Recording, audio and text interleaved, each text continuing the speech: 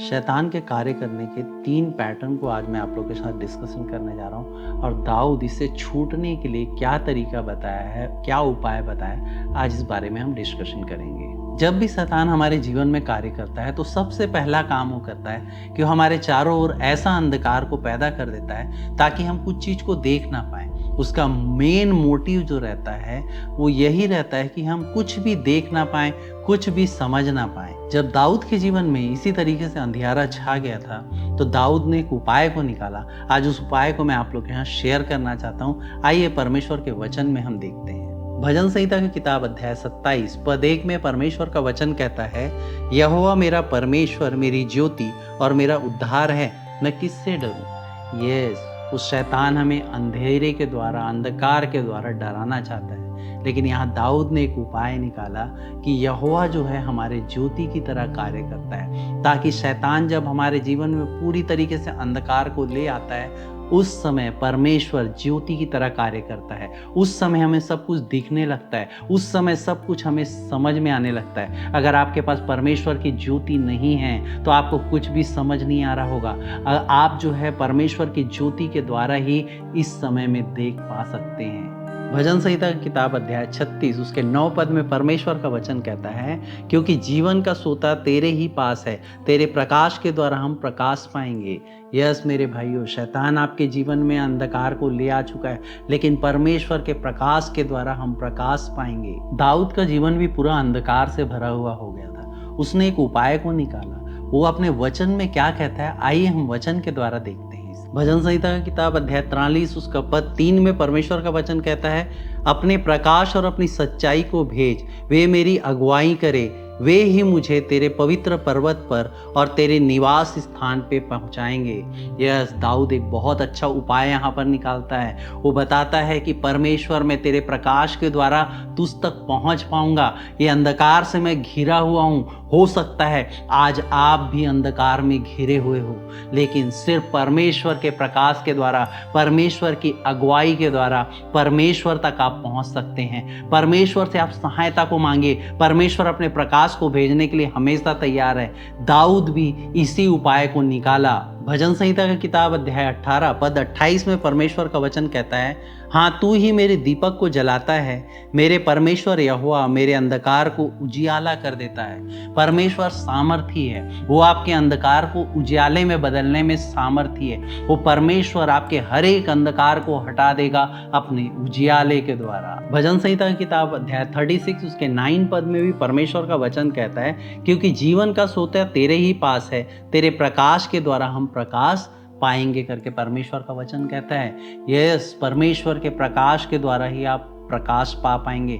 आज आपके जीवन में शैतान अंधकार को डाल दिया है, परमेश्वर का प्रकाश ही है जो आपको हर चीज दिखाएगा। शैतान चाहता है कि आप कुछ भी ना देख पाएं, कुछ भी ना समझ पाएं और आप अपने जीवन में हारते चले जाएं। आज हो सकता है शैतान के अंधकार में आप पड़ चुके हैं, आपको परमेश्वर के प्रकाश की आवश्यकता है। शैतान हमारे जीवन में अंधकार को क्यों लाता है?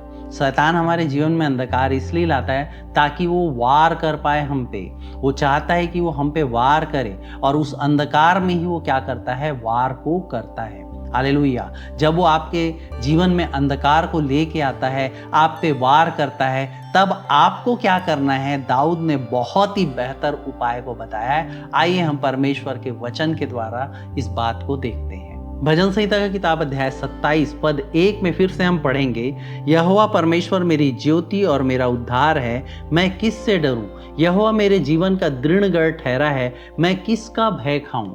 जब शैतान आप पे वार करता है तो आपको सिर्फ एक ही काम करना है। वो काम ये है कि आपको परमेश्वर के दृढ़गढ़ में जाके छुप जाना है, क्योंकि वो इतना सुरक्षित स्थान है जहां पर शैतान का वार कोई काम नहीं आता। शैतान हमारे जीवन में अंधकार को लेके आता है और वो वार करता है ताकि हम नाश हो जाएं। दाऊद यहाँ पर बहुत अच्छा उपाय को निकालता है। वो बोलता है कि मैं तेरे दृढ़गढ़ में क्या रहूंगा, सुरक्षित रहूंगा। अगर अभी भी आप सुरक्षित स्थान तक नहीं पहुंच पाए हैं तो परमेश्वर के प्रकाश को मांगिए। उसके प्रकाश को लेके आप परमेश्वर के दृढ़गढ़ में जाके सुरक्षित हो जाइए।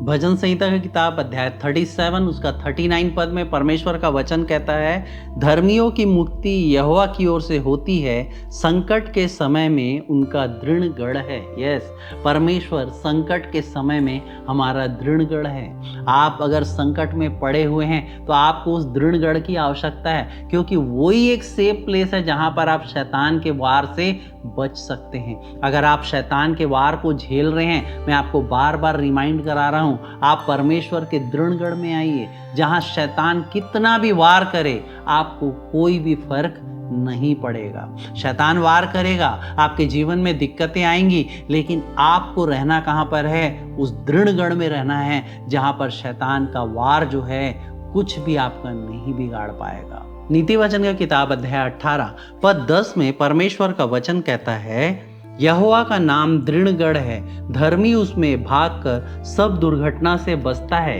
यस, अगर आपको सभी दुर्घटना से बचना है तो आपको भागकर परमेश्वर के दृढ़ गढ़ में पहुंचना पड़ेगा। अगर आप उस दृढ़ गढ़ में पहुंच जाएंगे, आप किसी भी दुर्घटना के लिए सम्मिलित नहीं होंगे। हर एक दुर्घटना से परमेश्वर आपको बचा लेगा। हालेलुया।